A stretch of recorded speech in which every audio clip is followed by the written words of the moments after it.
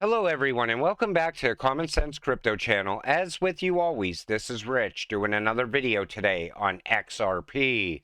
So I hope you're all having a wonderful day today, wherever you are in this great world. We're going to talk about XRP. I'm going to start with this. Blockchain tech should be inclusive of all crypto, says Ripple CTO David Schwartz. The Ripple CTO said he wants the largest pool of possible users without barriers to use XRP, as it would draw more people to the technology and improve user experiences. To illustrate his point, Schwartz wrote, if Google had tried to make the internet only work well for people who use Google stuff, the internet would suck for many people. And then there would be fewer internet users, devices, and internet connections to access Google stuff. Schwartz used another analogy involving coconuts, asking whether it would be better to have a tool that only opens coconuts or one that opens coconuts and helps prepare lots of other foods. Overall, Schwartz's comments suggest that Ripple blockchain is focused on making its technology accessible to many people as possible, regardless of whether they use XRP or other cryptocurrencies. So they want to get Ripple into as many places as they possibly can. Later, most of those companies or banks are going to start utilizing XRP anyway. They're going to see the value in that on-demand liquidity. But David said, you don't want to make it pushy, like, hey, you can't use RippleNet unless you use XRP. It's easier to get somebody to start with one thing and then start to use something else. How XRP benefits from XRP Ledger, according to David Schwartz. So Schwartz, in his capacity, then tackled an initial response that both projects were competitors. According to him, XRP benefits from XRP Ledger in terms of liquidity and auto bridging.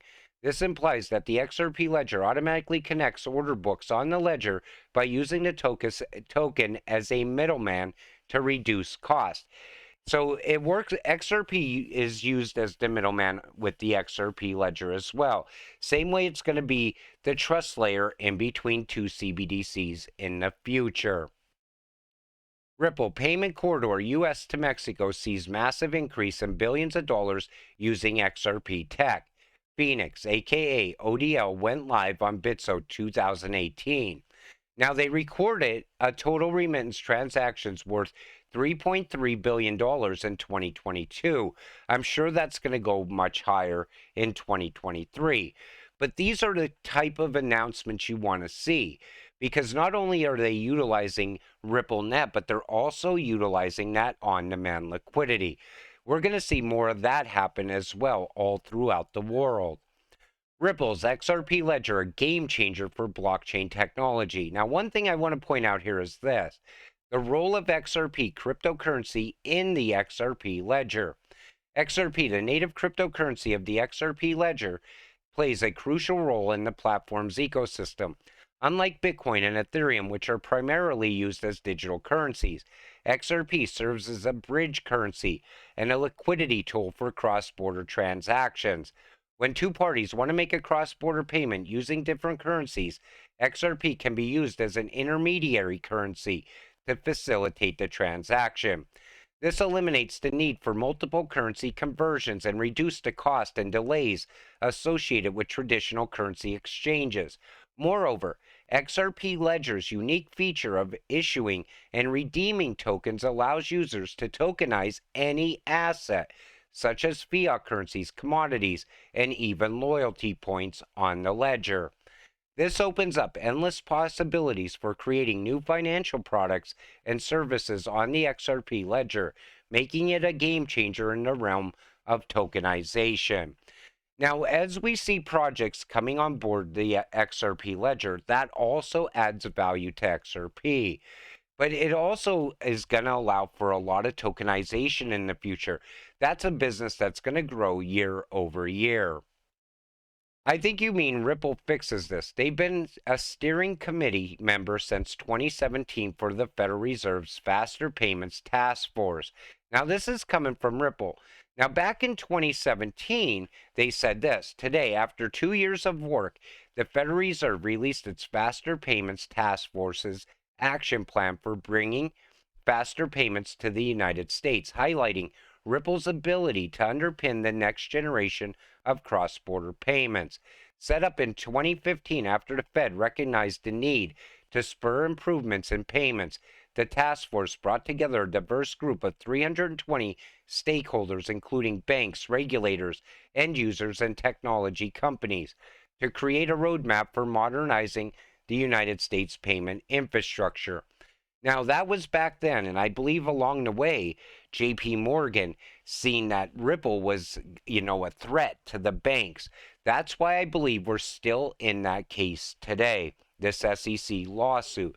I believe that the Fed is still working in the background with Ripple. They see the value in Ripple. Why would they choose an alternative?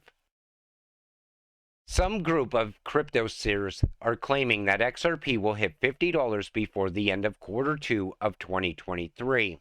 I would like to see XRP get above $1. That's what I really want to see happen very soon, because I know a lot of FOMO money is going to come in. But let's talk about the SEC case ending.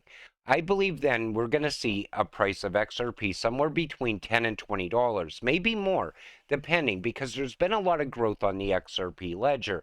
I still feel that the price of XRP is suppressed right now. You also got to remember, a lot of people are breaking away from the banking system and coming into crypto. So we could see a lot of FOMO money from that as well. Fun fact, only 4.5% of the entire global population are invested in cryptocurrency. I believe a lot of people are scared of crypto right now only because they see all the narratives that crypto's no good. It's going to fail. It has no value. That's what they want to push through the mainstream media news. But if you're in crypto, you know better. But I do believe a lot of people right now are on the fence about crypto, but they definitely are going to break away from the banking system, because I believe the bank system is broken right now. If you know anybody that's on the fence, you got to get them into crypto before it's too late. XRP is not considered a security in Canada, and you can buy it on Canada's biggest exchange. Here is proof. Now, everybody's always saying you can't buy XRP in this place or in this country or that country. But most of the time, we can debunk all of that. And it's easily to buy. You can easily buy XRP in Canada. I just wanted to point that out because I seen somebody in the comments section say, you can't even get it in this country. Every crypto project must reckon with the SEC's Howey test. Now, they push this test like it's supposed to be relevant to today's technology. I don't believe it is, but they're saying it's not going to go away anytime soon. So the Howey test has become an infamous boogeyman for everyone in crypto. And while the industry would like it to go away, it's clear that it isn't going to happen anytime soon. Hinman and Clayton are both long gone from the SEC and have moved on to advise crypto firms, naturally. But Howey remains, and Gensler has cited it to make the case that all of crypto falls under SEC jurisdiction, even though just last month his counterpart at the CFTC said Ethereum is a commodity. Ironically, Hinman's speech in June of 2018 was called When Gary Met Howey. He was referencing a 1985 case involving Gary plastic packaging that showed a non-security can become a security depending on how it's marketed. Hinman could know that in a few years, a different Gary would wield Howey as a hammer against an entire trillion-dollar industry. I believe we need a new test. I believe it's outdated. People keep trying to say it's not that it's outdated, it's just the way that they're using it against crypto. We need something modern. And I believe we need to get Gary out of the SEC. A gold standard would benefit society, but it forces the politicians and central bankers to limit their power. That seems unlikely to happen voluntarily. How does it happen involuntarily? Once confidence is lost in the currency, chaos spreads, but not before then. Now, we had a bunch of opportunities all throughout history to go back to the gold standard. Somehow, someway, would never happen. I believe now it's going to be even harder because we have an administration that's pushing for a CBDC with the Treasury and the Fed.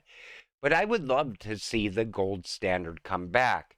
I believe it could fix the current financial system, and we could still utilize XRP for faster payments in the future.